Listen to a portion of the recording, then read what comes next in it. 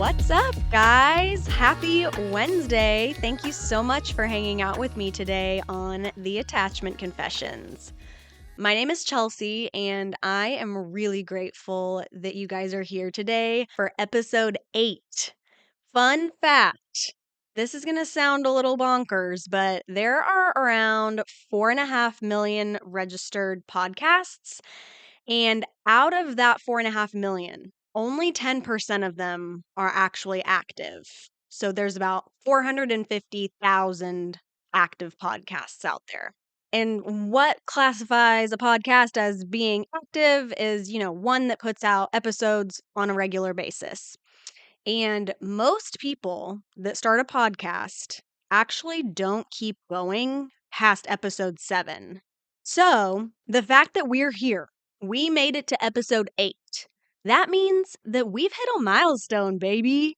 8 episodes really doesn't sound like much, right? But apparently in the podcasting world, that means we've hit a different level. So I just want to say from the bottom of my healing, fearful, avoidant heart, thank you so, so much for joining me on this podcasting ride. It's honestly been very cathartic and very, very helpful in my own healing journey since my earth-shifting breakup that happened in July, which is what inspired this whole wild idea. And I could not be more honored that you guys give me some of your time every week to chat about this fascinatingly life-changing thing called attachment science. You guys are seriously the best. And honestly, we may have hit the 8th episode milepost, but we're only just getting started. Okay, so for those of you that are brand new to the Confessions Pod, welcome to the fam. I am so excited that you're here. From the moment that I discovered attachment science, everything, literally everything about every relationship I had ever been in finally made sense. And now I'm learning what it takes to earn my attachment security and have healthy, secure relationships from this point on. Here on the Attachment Confessions, we'll be diving into all things attachment science while you tag along on my attachment healing journey. My hope is that by bringing attachment science to those of you who have never heard of it before, just like where I was earlier this year, and by sharing my own story, you'll also be inspired to set out on your own attachment healing journey. We're currently in a breakup-inspired series. And last week, we discussed some surefire ways to stay strong during the dreadful post-breakup season, including a spotlight on one pro tip in particular that has gained massive popularity over the last few years among attachment experts and relationship coaches alike: the no contact rule. If you've missed the first 2 episodes in our breakup series lineup, definitely go check those out. On today's episode, we're staying on breakup topic, but looking at it with potentially rose-colored glasses on. Getting back with your ex. To do it or not to do it, right? That is the question. Nobody loves the on-again, off-again saga quite like a fearful avoidant. That's kind of something those that share my insecure FA attachment style know all too well. As your girl T Swift famously belts out, we are never, ever, ever getting back together. But does every love story we pull the plug on have to be over for good? Let's not get it twisted, you guys, okay? When the decision has been made to end a relationship, that can oftentimes be the very thing that sets us on the path to something and someone greater than our past life or former love could have ever been for us. But sometimes, rekindling the old flame can be just what the love doctor ordered. Not all romantic tropes have to end up like Tay-Tay and Harry Styles. In fact, there are many types of breakups that get back together, whether it be an uncovered mutual understanding that only splitting up could have made the two of you finally come to, or much needed personal growth that brought you back together again, better than ever before. or finally gaining the clarity needed when evaluating all extenuating relationship circumstances. So, how do we know if the relationship is worth revisiting or if it needs to be put to bed for good? Let's dive in to what's most important to acknowledge in the first place. Why did we even call things off to begin with? Now, there are a multitude of reasons why couples decide to call it quits. Sometimes it's one glaring deciding factor, other times it's a culmination of several factors finally coming to a head. Here are some of the most common reasons couples go splitsville. For one, communication issues. Two, repetitive arguments. Three, simply growing apart as the relationship progressed. Four, a difference in values and core beliefs. Five, infidelity, which, by the way, that encompasses more than just physically cheating on your partner with another person. There's financial infidelity, addiction infidelity, emotional infidelity, etc. Next would be a difference in your life goals or difficulties with physical intimacy. Abuse, which encompasses not just physically harming your partner, but also psychological abuse, emotional abuse, verbal abuse, mental abuse, sexual abuse, spiritual abuse, financial abuse, and so on. Substance abuse, addictions, or harmful psychological or physical health issues that go unacknowledged and or untreated. Not sharing household responsibilities, not getting along with your partner's friends or family, and vice versa. And finally, insecure attachments colliding.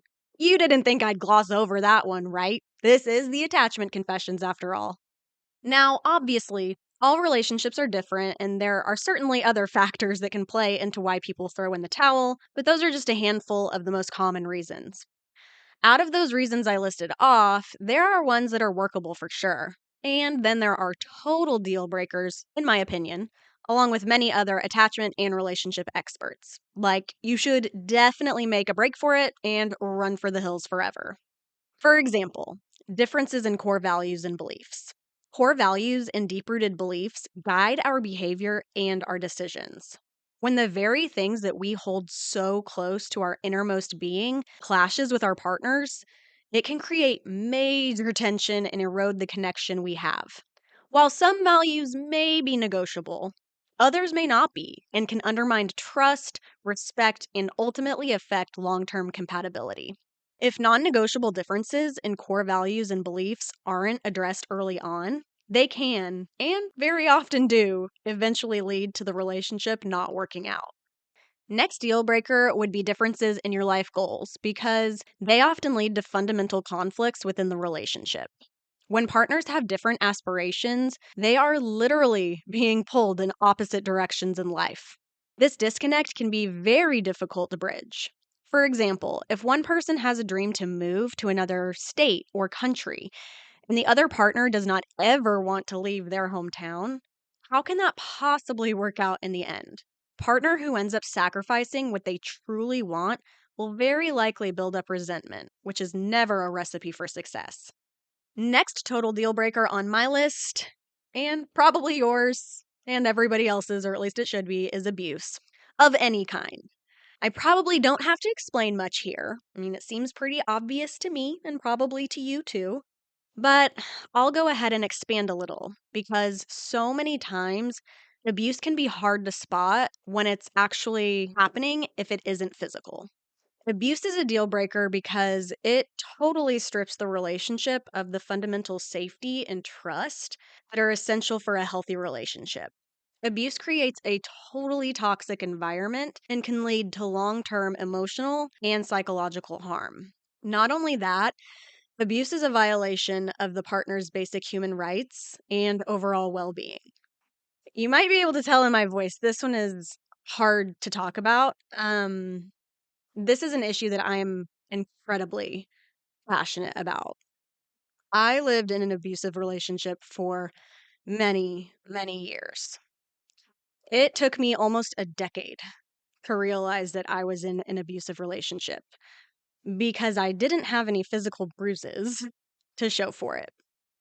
I experienced immense psychological, emotional, mental, spiritual, financial, and other forms of abuse. The manipulation was so gradual, though. It was so difficult for me to see what was really going on until I just couldn't ignore how insane things had become. My life was not my own for many years. I was quite literally held hostage by this person's control. I put up with so many horrendous things, and I should have gotten out of it 100 different times for 100 different reasons. My fearful, avoidant, insecure attachment and codependence in that relationship blinded me to what was really going on. And for those of you who don't know what codependence is, it's basically like, I'm not okay if you're not okay. And that person that I was with was not okay in many ways. And I took a lot of responsibility on myself that I really should not have taken on. You guys, October is Domestic Violence Awareness Month. Please remember that domestic violence comes in many forms, many of which are not visible. If you are unsafe in any way, please make a game plan with someone that you trust to exit the relationship as soon and as safely as possible. And I know that there's a lot of nonprofits that their whole mission is to help people get out of unsafe situations and to, be able to provide a safe place away from abusers. I know, like, here in Oklahoma City, we have the YWCA, but definitely look up domestic violence shelters and other nonprofits that are related to being able to get the help that you need if you are in a situation like that. The freedom that I've experienced finally breaking away from that relationship is indescribable. And I thank God every single day that He saved me from the living hell that was my life for way too long. I actually celebrate the date that I broke up with that person each year as my own personal Independence Day. Not outwardly, like nobody else knows about this. It's just a solo celebration that I quietly partake in, but it's secretly my favorite day of the year. All right, the next deal breaker on my list is infidelity. Guys, thankfully, I've never experienced this level of betrayal that I'm aware of, at least. So I know that it's super easy for me to sit behind this mic and say, oh, if that ever happened to me, if I was ever cheated on, I would be so done. But I cannot imagine the devastation and pain that those of you who have experienced this have felt. And God willing, I pray I never do. And seriously, please hear me when I say this. I am so sorry for those of you who have. Given that I am a healing, fearful avoidant, and my main attachment wound is the fear of betrayal, I cannot imagine myself personally being able to truly forgive and forget this ultimate tier of disloyalty. I know there are many relationships out there that have been restored after infidelity. And if that's the path that you want to take, by all means, go for it. I just highly doubt that I could. Now, remember, I mentioned that there are different forms of infidelity. There are emotional affairs, physical affairs, there's financial infidelity, etc. If you can't trust your partner to be faithful to you and be a person of integrity, then to me, it's just a no go. A quote from Alan K. Simpson that stuck with me throughout the years is, if you have integrity, nothing else matters. If you don't have integrity, nothing else matters. And to me, that totally sums up the whole infidelity thing. Next deal breaker would be substance abuse, addictions, or harmful psychological or physical health issues that continuously go unacknowledged by the partner struggling with them and or untreated. Now, this is another area that I have way more experience in than I would like to have. Unfortunately, I've learned the hard way that you can't want something better for someone else that they themselves don't want. You can't make anybody change. You can't love someone into bettering themselves. That is not how these things work, unfortunately. Now, I'm not saying, oh, just give up on them and move on. Definitely not what I'm saying. Definitely, you want to show kindness and compassion and support somebody that's going through hard things. But what I am saying is if substance abuse, addictions, or harmful psychological or physical health issues are not a priority for your partner to get a grip on, but they are for you, this points back to the difference in core values and life goals issue. That partner that is wanting better for their partner that doesn't want to change will end up resenting them. Okay? Been there, done that, got so many freaking t shirts. Next deal breaker, not getting along with your partner's friends or family, or vice versa. Reason for this is it creates a constant rift in the relationship. When put in the predicament to have to choose between your partner, your friends, or your family, that's again another example that leads to a difference in core values and beliefs. This type of relationship tug of war often doesn't end well for anybody involved, and again, can create a lot of resentment that eventually leads to things ending. The phrase, can't we all just get along, exists for a reason. And last deal breaker, but certainly not least, insecure attachments colliding. Those of us that struggle with fearful avoidance, dismissive avoidance, or anxious preoccupied insecure attachment lack the emotional maturity, conflict resolution, and communication skills necessary to create and maintain healthy romantic relationships. The biggest core needs each of those insecure attachments require from their partner simply cannot be met because they are constantly triggering their partner's attachment wounds. To put it plainly, we just don't freaking get one another. On episode 4, I had attachment specialist Bree Neal on, and I talked about how even though I was fully aware that my fearful avoidant tendencies triggered my dismissive avoidant boyfriend at the time's attachment wounds, and vice versa, having that knowledge alone wasn't enough. I still have to do the inner work to earn my attachment security. And unfortunately, it's not just a quick snap of the fingers process. In the end, it was unfortunately just too late for us by the time I discovered attachment science to make things work between the two of us. I know that there was a lot of love there, but unfortunately, love truly isn't enough. Okay, guys, those are all deal breakers in my personal opinion. Reason being is that I have experienced each of those issues in past relationships. Again, minus infidelity, thank God. So I know firsthand just how damaging they are and how things just aren't salvageable once certain lines have been crossed or repetitive important issues keep circling the hamster wheel. One of my favorite go to attachment experts recently put out a video on social media laying out the one common theme that she sees in relationships that don't end up working out. And the answer might surprise you, it's lack of accountability. Think about it though. How many times in life does our pride get in the way? Far too often. When blinding pride takes over, how can you solve issues with your partner? Short answer, you can't. Ego is a dangerous thing, my friends. Lord knows I've had to check myself in this area a number of times. Inflated pride and ego boil down to not having the ability to take accountability for our bad behavior.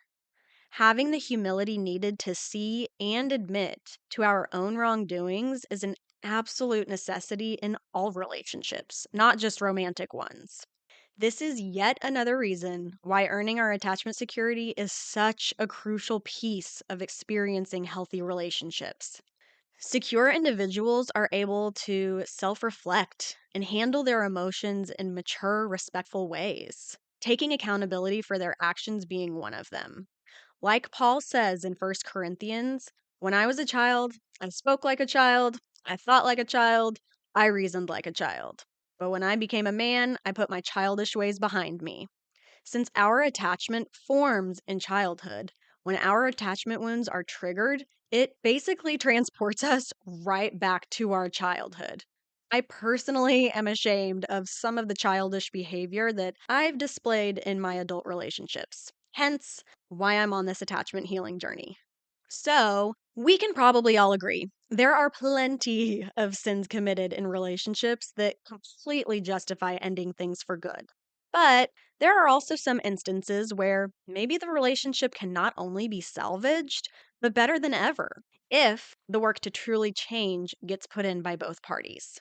It's actually pretty common for couples to end up finding their way back to each other. Attachment expert Thais Gibson lays out the types of breakups that are worth reconsidering getting back together. The first one is breaking up over external factors. Sometimes couples break up over external factors and timing, like one partner relocating for work or for school or family reasons. The long distance nature of this relationship can be really challenging, so many couples call it quits at this point. However, distance or timing doesn't always mean that the love and connection are no longer there. When circumstances or external factors are no longer a hurdle, both partners can get closer or get the timing right. When this happens, couples may decide to reunite.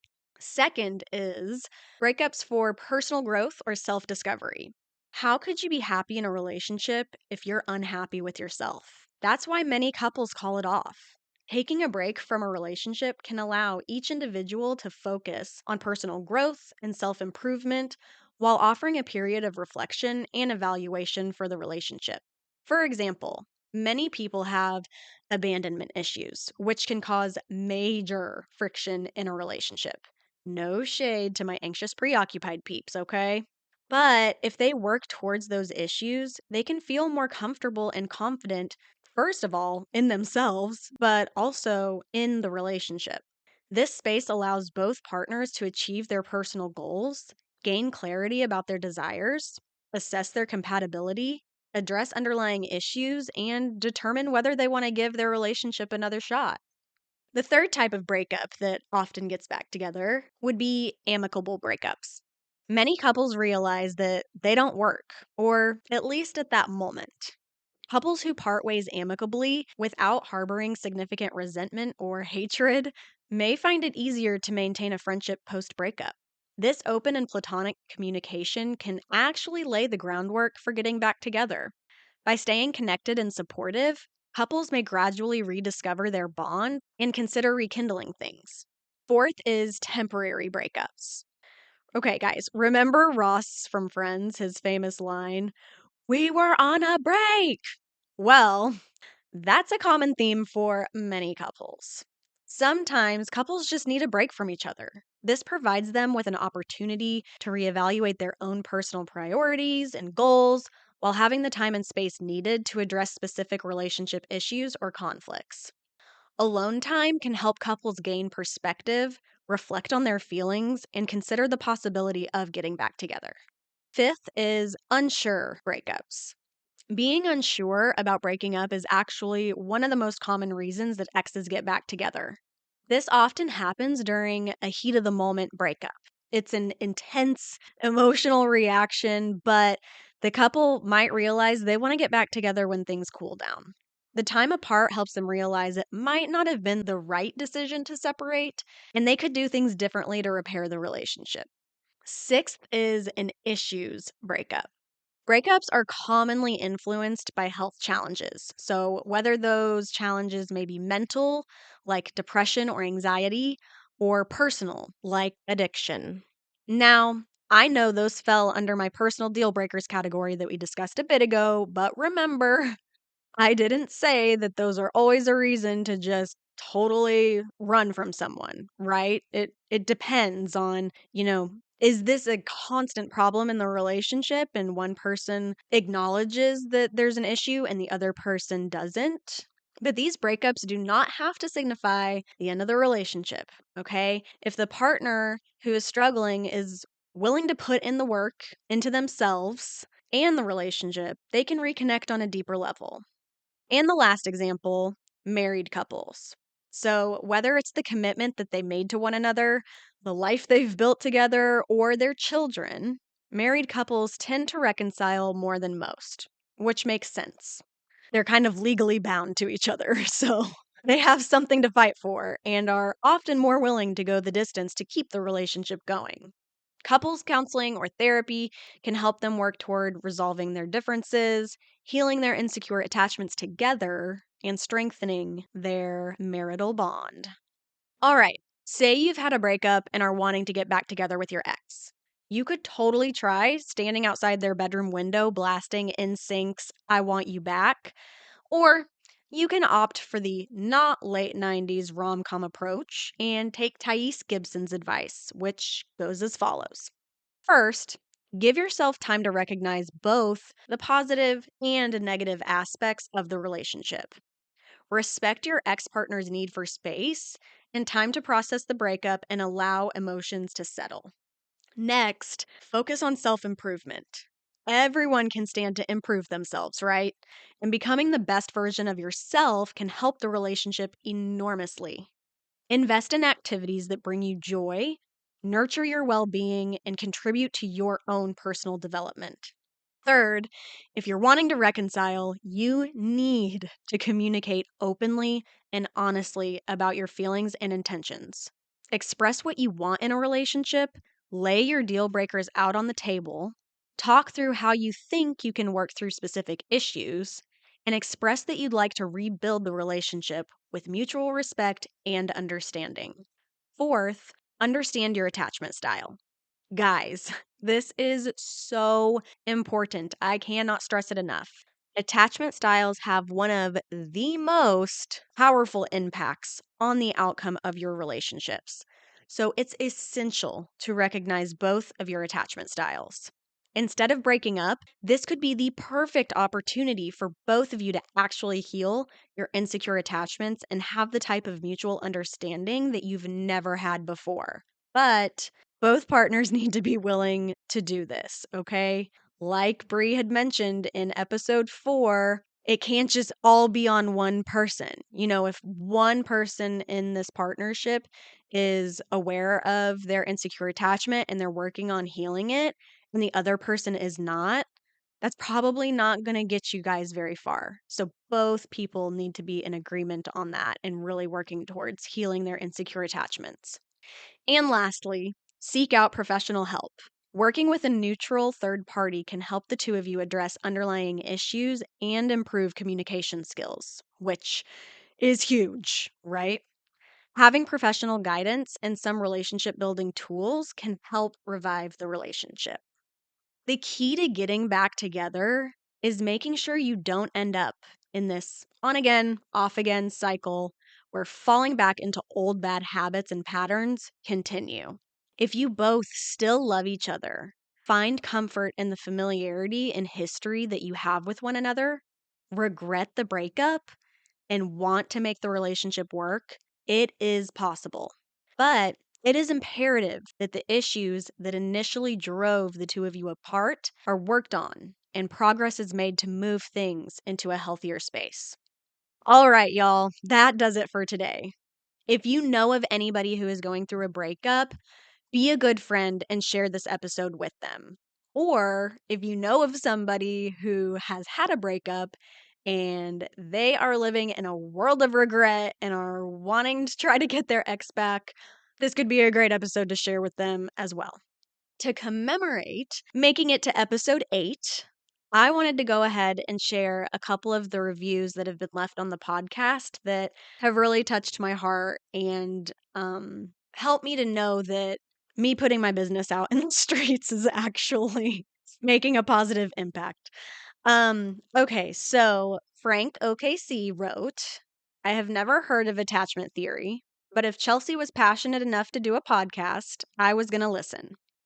I found the topic really interesting, and Chelsea just knocked my socks off with her knowledge of the topic, explanations, professional presentation, and vulnerability about her own experience. I was sad to have to wait for the next episode.